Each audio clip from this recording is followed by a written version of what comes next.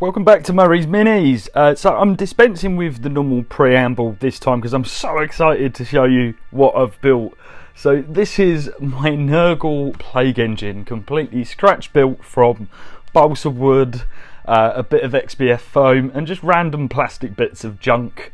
And I absolutely adore this model. It took me 3 days from conception to build to painting, and I lost so much sleep over this thing. It's kind of ridiculous. I stayed up until 2:30 in the morning one night just so I could finish the build and be able to paint it the next day.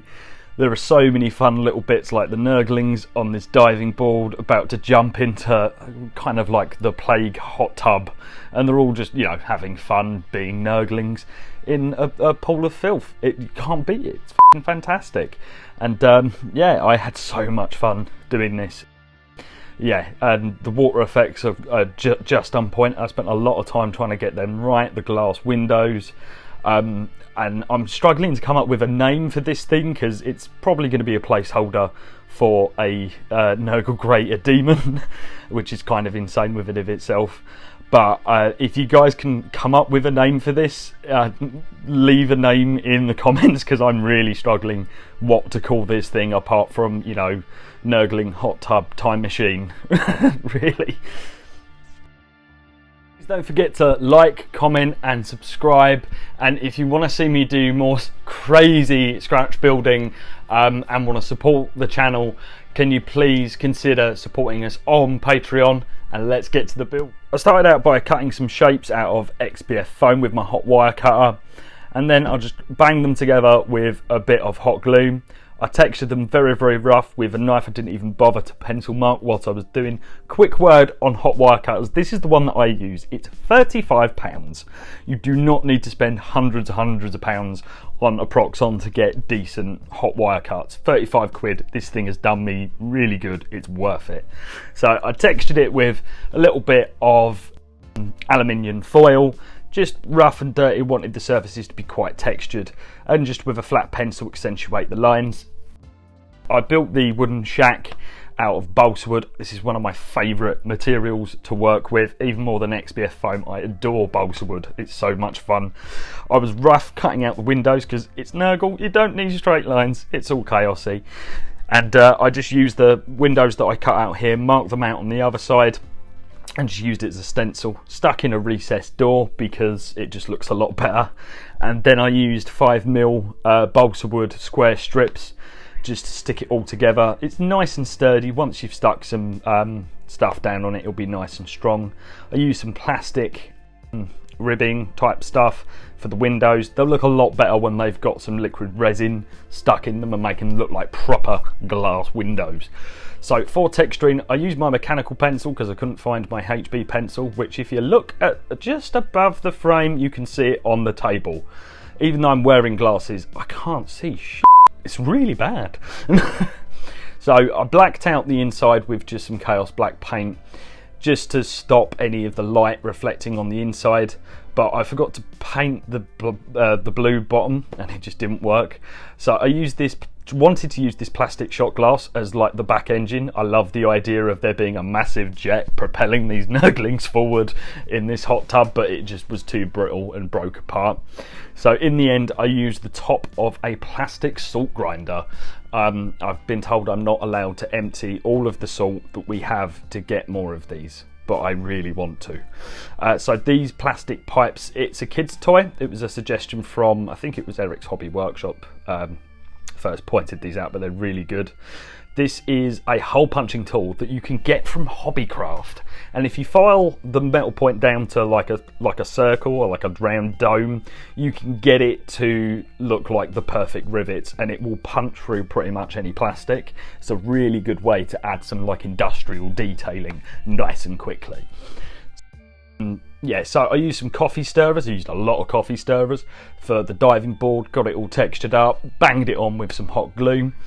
I've got different sized hole punches that I use to punch some cardboard out and just stick on just for some extra detailing. These plastic tubs are actually from my wife's hair dye kits. They hold the plastic gloves that she needs to wear to not get the hair dye on her hands, and I demand that she keeps them so I can use them for scratch building.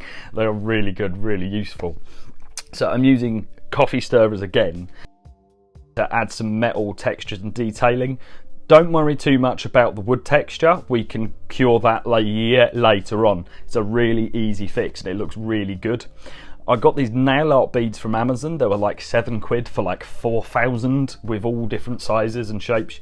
You can see here that I'm kind of struggling to get them on. They're an absolute sod to get onto the model, but it's such a quick, easy way of detailing. It's really good.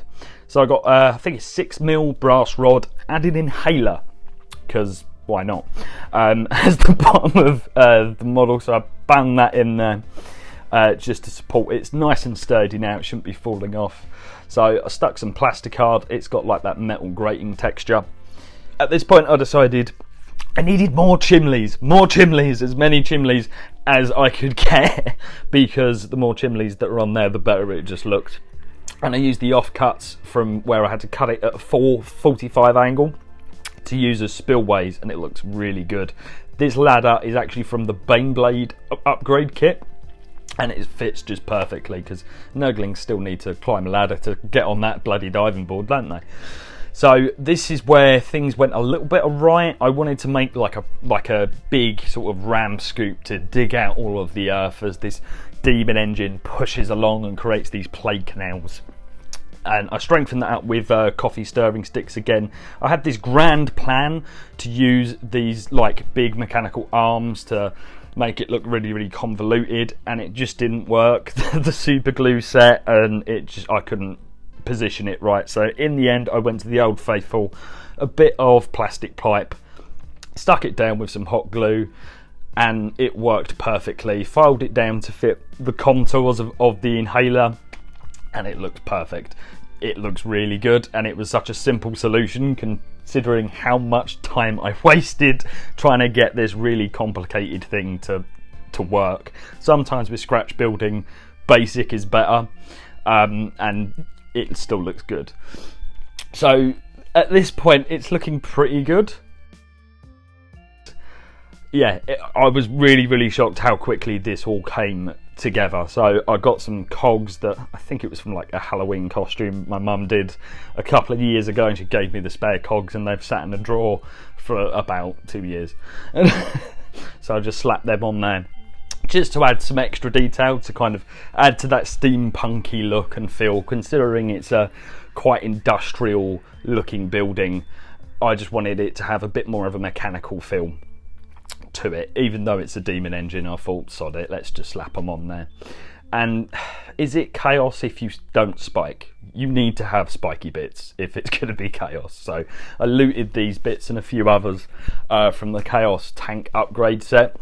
There were a couple of bits where I wasn't too sure where to slap it on, and I just sort of gave up. Sometimes you can over convolute these things by putting too much on.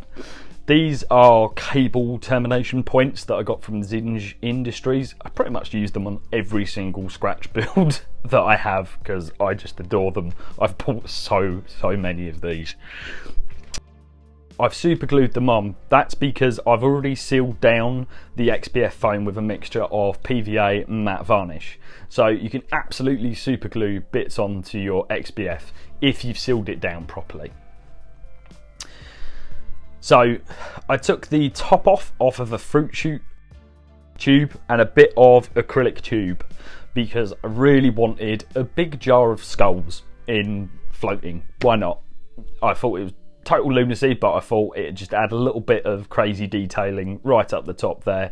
It's not that difficult to do, and I just really wanted it. I probably should have super glued this down, these particular spikes, because they came off during painting, and I had to strip away the hot glue, and it was a bit of a sod. So it can't be a Nurgle demon engine without at least one symbol of Nurgle. So I textured all of the metal with a mixture of polyfiller, I believe you call it spackle in the US, and my homemade Mod Podge, which is just brown paint, PVA glue and matte varnish. And this stuff will absolutely go down solid. If you stipple it, it gives a nice matted dirty metal finish to it. and when it dries it's absolutely solid.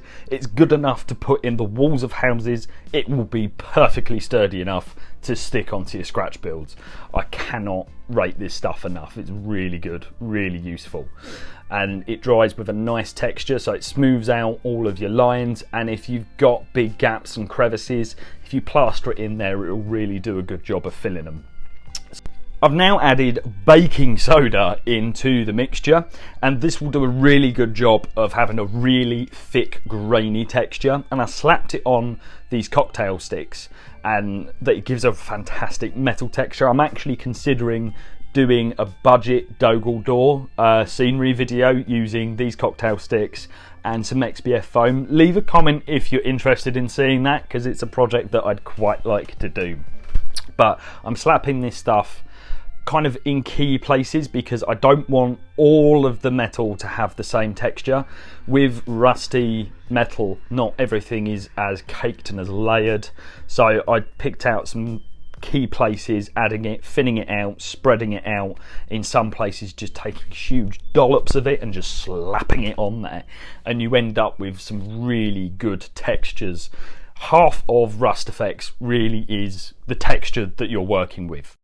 So before we finish sort of the build part, a quick word on basing. Now, basing tends to be an auxiliary thing for me. I tend to view it as a last thought. I think about the construction, I think about the painting, and then I think about the base. But in this case, I really wanted to have the model be interacting with its base and for it to look like part and parcel of the same thing. So I really wanted to do something different and have that big scoop ploughing through the earth and creating this like plate canal behind it.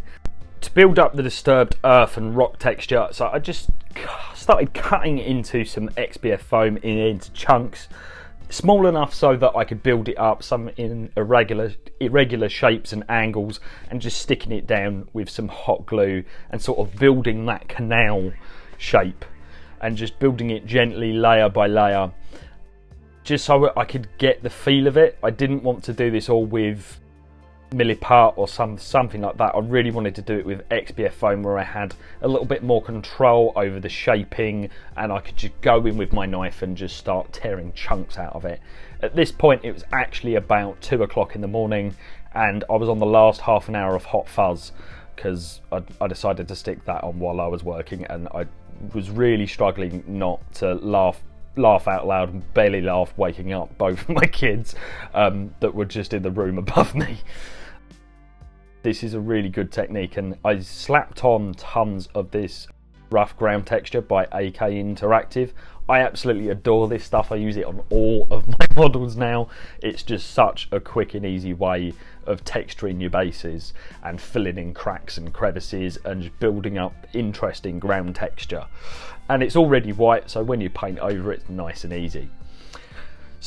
And I decided to clean up the rim after I was done just with a baby wipe, just to clean the edges off. It's better to do it now because once this stuff is dried, it is tough to get off. Even with a file, it will take you a long time to clean this stuff off when it's actually dried. So I took some, it was roots actually from an old bush that was out the front of my garden. So I just plonked these into little gaps and crevices, stuck them in the texture paste while it was still wet to really give that effect like this has been dragging all of that earth up and it's taking all these roots up. It's a really good little thing that you can do. So I slapped some extra rocks down there as well just to give a little bit of a effect, and the basing looks really good. So the Nurglings I just cleaned up and just started super gluing them on, and this is when everything came together because I just spent hours upon hours picturing these Nurglings playing in this hot tub, and it was so gratifying to finally get these guys in. It was so much fun. I've just enjoyed this project so much. It's just been a blast, like 3 days of absolute fun. Bugger all sleep. I really need sleep, but it's really worth it to see these guys playing in a hot tub of filth. it's just the most gratifying feeling I've had in a while in terms of my hobby work.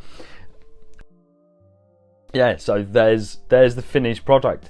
It's not going to be a painting video because unfortunately I don't really have the memory capacity to do a long video. I record everything on my phone. But if you guys want me to make more Plague engines of this kind and you want to see me do the painting work, just give me a shout out. Or if you want to see how I do my water effects with this, just leave a comment, maybe subscribe and support us on Patreon. It'd be really, really appreciated so I can build more of these things. I've got a plan to build 1,000 points of pretty much just a Nurgling army with these demon engines and machines. I've got plans because I stupidly bought about, I think it was about like 18 bases of Nurglings about 5 years ago, and they've sat in my shed and done nothing. So I'm really eager to do an entire army of Nurgle that is just Nurglings driving really weird and wacky machines like this. I just want to do a big shout out to a lot of the other YouTube channels that really inspired this build, like Miscast, like Black Magic Craft and Eric's Hobby Workshop, because I've been watching you guys for a long time and I probably wouldn't have attempted a insane build like this if it wasn't for watching those channels. So thank you very much, guys. Thank you very much for watching. Please like, comment and subscribe. Please give me a name for this thing because I just keep on coming up to Nurgle Hot Tub Time Machine. That's all I can think of when I look at this thing. So please comment with a name for this thing and let me know what you want me to tackle next in this Nurgle army, or another type of tutorial, maybe water effects or how I painted this guy up. Cheers guys, we'll catch you on the next one.